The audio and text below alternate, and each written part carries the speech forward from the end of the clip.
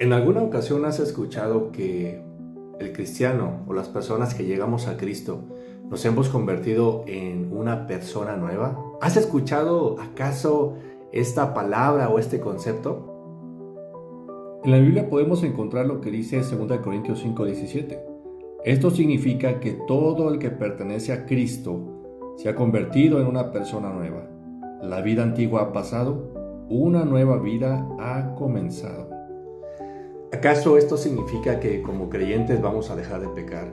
¿Que como personas nuevas que somos, vamos a dejar de tener las tentaciones que teníamos antes?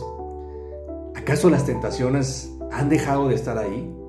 Y que no vamos a ver ya de ahora en adelante cristianos inmaduros, sino que todos vamos a ser maduros, sino que todos vamos a ser un ejemplo real de amor. ¿Acaso este texto significa eso? ¿Y sabes qué? Una vez que tú y yo llegamos a conocer la luz, verdadera luz del Evangelio, hasta las mejores personas que nosotros consideramos, hasta los mejores cristianos, llega a haber una mezcla de luz y sombra. Incluso, justamente porque hemos conocido la luz del Evangelio, las sombras que podemos encontrar nos pueden parecer un poco más oscuras. Y hay algo que empieza a suceder en la vida cristiana.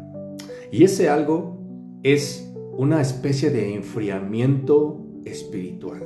Es decir, aquel fervor que teníamos al principio cuando llegamos a Cristo, de pronto, conforme va pasando el tiempo, algunos de nosotros podemos enfriarnos.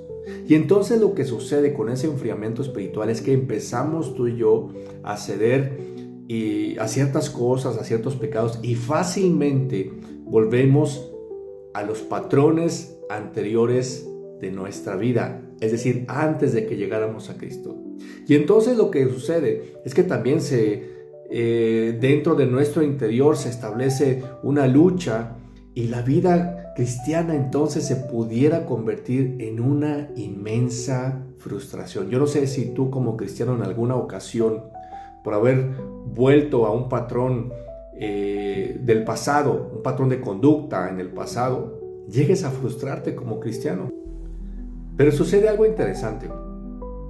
No podemos tú y yo volver en una forma alegre al anterior estilo de pecar.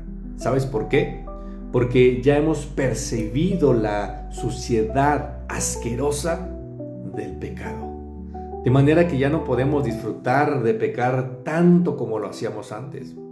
Pero parece que tampoco podemos sacarlo de encima de nosotros. El pecado asedia.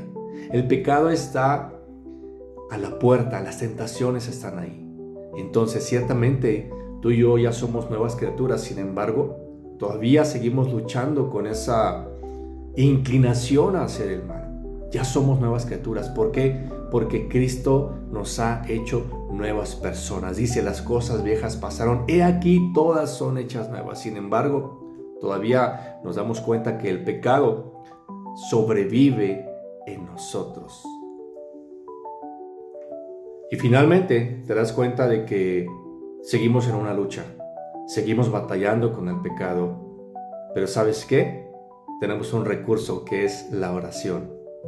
Y la oración nos ayuda a que si en un momento dado caemos en pecado, ya no lo practicamos, pero sí podemos caer en pecado por un descuido espiritual, tenemos el recurso en la oración y en el perdón que nos da nuestro Señor y Salvador Jesucristo.